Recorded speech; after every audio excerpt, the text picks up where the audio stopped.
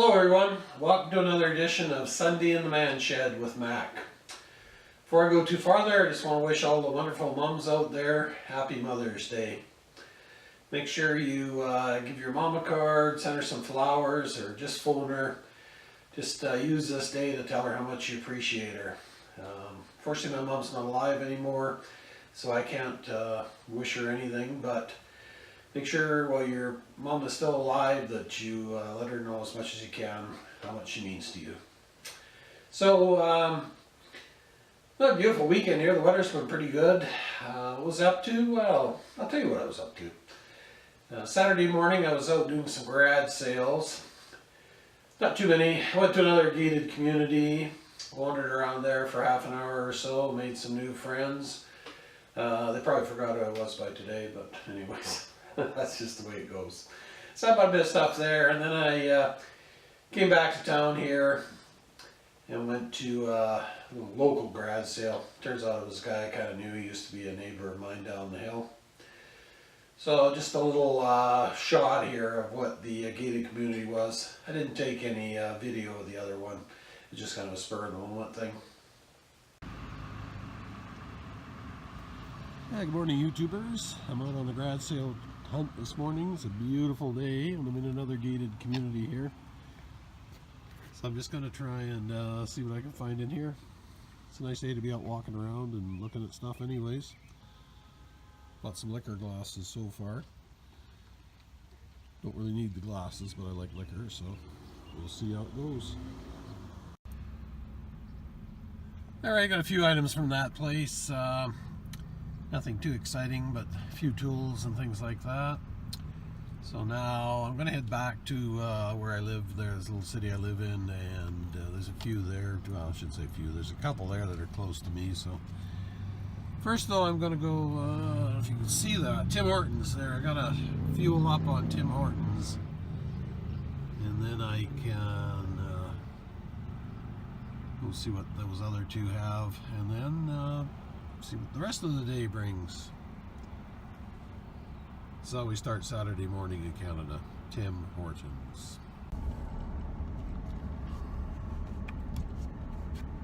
So there's a homeless guy there waiting in the drive-thru. So everybody's, I don't know. I feel kind of bad when there's somebody like that there. Everybody's driving through and buying coffee and something to eat. And the guy's just there hoping to get something from somebody. So anyways, I went back through around, gave him $5. He was a polite guy, not bothering anybody, just down there with his little sign. So you always think, there, but by the grace of God, that could be me. Who knows? But anyways, I like to think that was the good deed of the morning. So I ended up picking up a few things there at the garage sales. Did a little video on my treasures, the latest additions to the hoard. Gonna keep doing a video every time I go out, just to kind of show the stuff I got there when I do go out. So I got up really early this morning. I was up a little bit before 4 o'clock, got ready and everything. My plan was to go down to that lake south of me and take my kayak out there again. So I got outside there, and I thought I'd beat the wind by going in the morning, but I went outside, and there it was, blowing like crazy. I got up this morning here about, well, it's actually about 5 right now, but I was up at 4. Started to get my stuff ready to go fishing, and I come out here, and the wind is blowing pretty good. So I went in and checked the forecast. We're supposed to get gusts to 40 kilometers an hour today. This is about 25 miles an hour, give or take. So that is not going to be very good for the kayaking out on the lake. Very disappointed. Should have gone yesterday, but I went to garage sales yesterday, so. Yeah, well, I'll have to find something else to do today, I guess. So, like I say, I checked the forecast there, and it was saying gusts of 40 here. And usually down south there, it's a bit windier down there. So I would have gone, but it's over an hour drive one way, so you go back and forth there. It's over 2 hours of driving. So if the weather was iffy, I didn't think it was worthwhile doing. So I ended up puttering around the house, doing a few other little chores. Got some laundry yet to do. Fortunately, got to get everything ready for another week at work. So I was working on that, or not working on it, I was using that Sony action cam I got.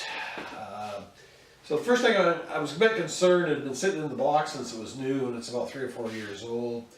So I tried to charge the battery up, and it didn't look like the battery was going to take a charge. So I thought maybe that's going to be quite expensive, because I know the one for this Canon camera is about $80 to buy it.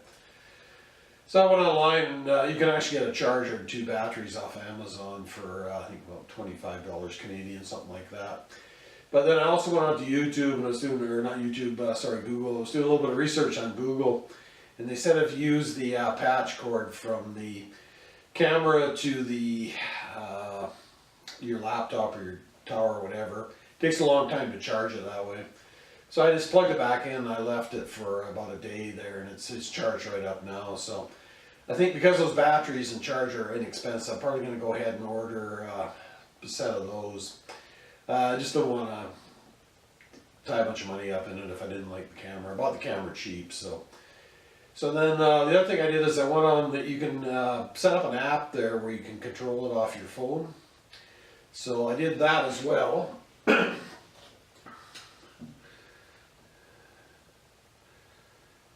Let's see here.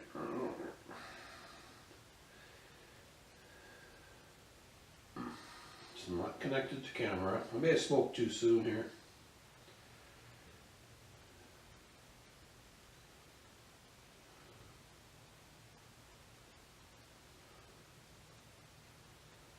Okay, so it says I'm connected now. This is so typical. Now, of course, this was working perfectly before. Okay. Okay, got our operator. Had to select that. I thought the network was automatically going to connect on my phone, but apparently I was wrong. I had to select it manually. So now I get a little view on my phone of what the camera's looking at. I had a similar setup with the GoPro I had before, but I found with that one the sound quality was terrible on it. So I haven't checked this out for sound yet, but first step is it's working. So I just hit this now, and I'm recording off that camera over there.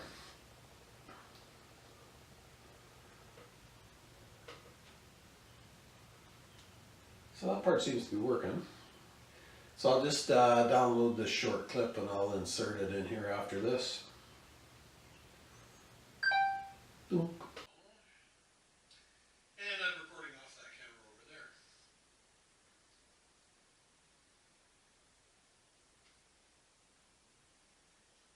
So that part seems to be working. So I'll just download this short clip and I'll insert it in here after this. So I've got another rant about technology, iPhones, everything in general.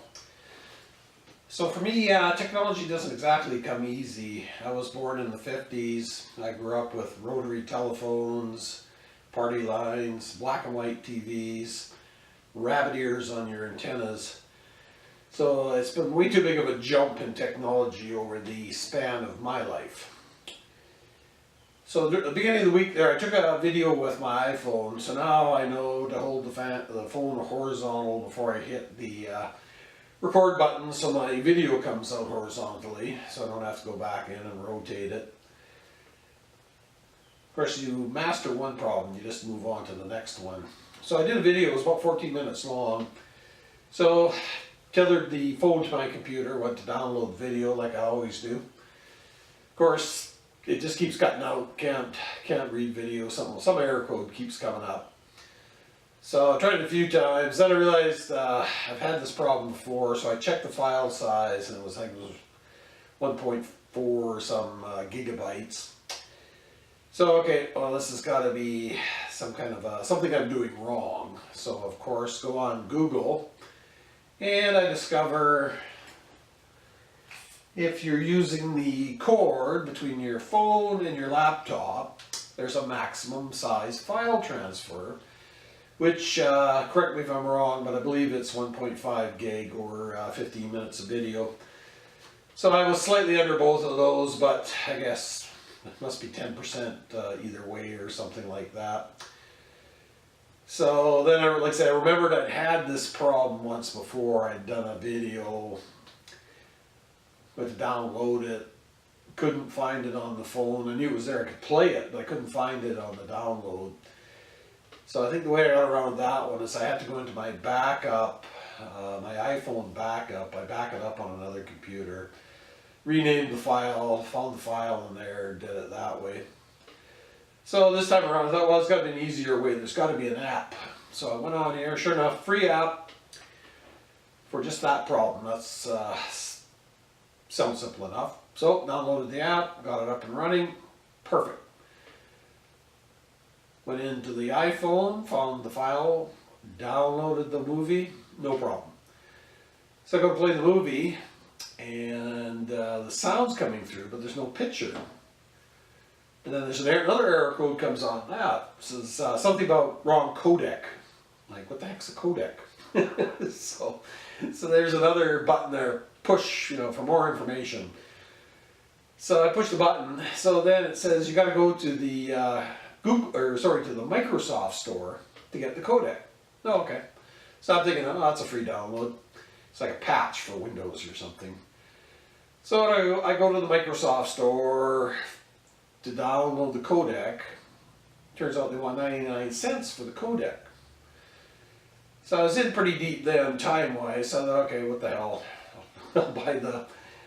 I'll buy the thing for 99 cents. But then I discovered you've got to set up an account at the Google store and everything. So that's when I pulled the plug on that. Forget it. Should have known it was too easy. So the way I got around that one is I actually put the phone on Wi-Fi, and then I downloaded that video straight to YouTube, and then went back into YouTube and edited it. So to me that was another pain in the butt, but it's the thing I find about Apple. If you're just using Apple products with themselves, no problem. But when an Apple product tries to interact with an orange, like apples and oranges, the orange product, you're in for trouble. There's always some hiccup. So anyways, I'll know that for future. If you're doing a longer video, you need to just break it up, like every 5 minutes, stop the video, start the video, and then you can just patch the files together once you go to download them. It's kind of a pain in the butt, but that's the easiest workaround, I think. Okay, so it's not to disappoint. We're going to have our traditional beer here in the man cave man shed. We have beer in the man cave too, but tradition says that we would have a beer in the man shed on Sunday. So I got another glitzy looking beer here from the liquor store earlier in the week, and this is a Straffe Hendrick. And this is extra strong beer. I didn't notice that. 11% ABV. And this is another Belgian beer. I'm starting to think that Belgium might be a worthwhile country to visit. They certainly have a lot of beers there, and a lot of them I like too. Of course, that's the home of Stella, which is one of my favorites. So, Straffe Hendrick. Natural top fermented strong beer with additional fermentation in the bottle. Where have I heard that before? There better not be sediment in there. That's all I can say. Be very upset with the Belgians if it turned out this beer's got a layer of sediment in the bottom of it too. Anyways, I digress. Now, where was I? This unique strong quadruple beer is still brewed following the original recipe of the brewery, located in the medieval Brugge since 1856. The brewery built the world's first 3.2-kilometer long beer pipeline to stream beer from the historical center to the bottling plant outside of town. Now that's the first time I've heard of a beer pipeline. I don't know if any of you people follow the news, but we're having huge controversies here in Canada. We're trying to build some oil pipelines, and although everybody drives a car, nobody wants to see a pipeline built. So I'm just curious if they would oppose a beer pipeline too. I might have to bring that up with the next anti-pipeline person I run across. For 5 generations, the eldest son of the brewer's family were named according to the strongest beers, Henry or Hendrick.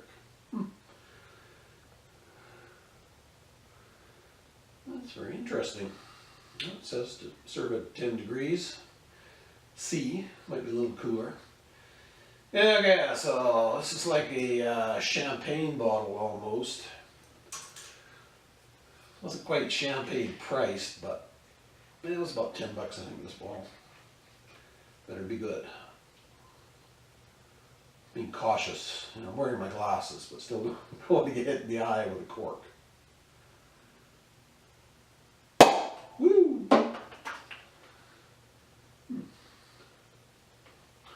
Okay, let's check for sediment here.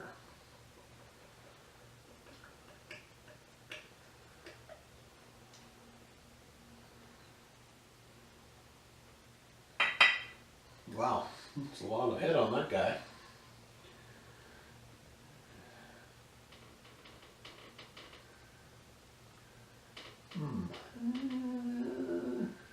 This guy's a little bit smarter. The bottle's a lot darker. You can't see if there's any sediment or not, but just putting it up to light, I don't think there is.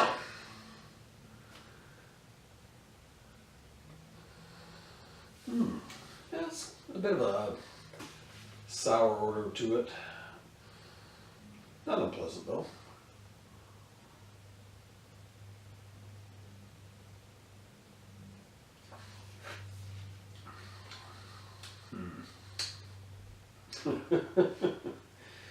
Yeah, it's kind of bitter.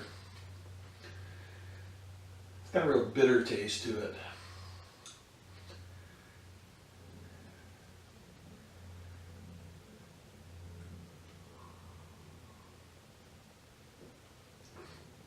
Yeah, it's got kind of a sour, bittery finish to it.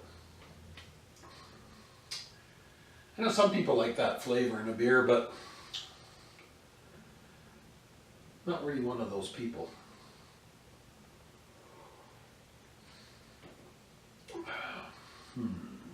Yeah, they say that bitter, it's not super bitter, not super sour, but it's kind of a medium of both. But that aftertaste, unfortunately, kind of lingers with you there, so. This might be alright if you had it with a meal or something. I don't know what people in Belgium like to eat for a typical meal, but yeah, fortunately, that's not great. Yeah, I gotta read these bottles closer. If I hadn't seen this part about the additional fermentation in the bottle, that's a no-go zone from now on. So this is 2 I've had like that, and both of them haven't been very good. So, I think I'm going to have to go back in the house there. Fortunately, I have reserve beer stocks. So what do I have in there? Might have a Stella or something in there. So I'm going to have to go have something I like to cleanse my palate. So unless you like kind of a bitter, sour beer, I don't know why you'd like that, but if that's the kind of beer you like, Straffe Hendrick is for you. Not for me though. So I guess that's going to be it for Sunday in the Man Cave. Kind of hate to end things on a down note. I wish the beer had been better, but it wasn't. But you never know unless you try. So again, I want to wish any mothers watching a very happy Mother's Day. And everyone take care, and I will see you again next week. Bye now.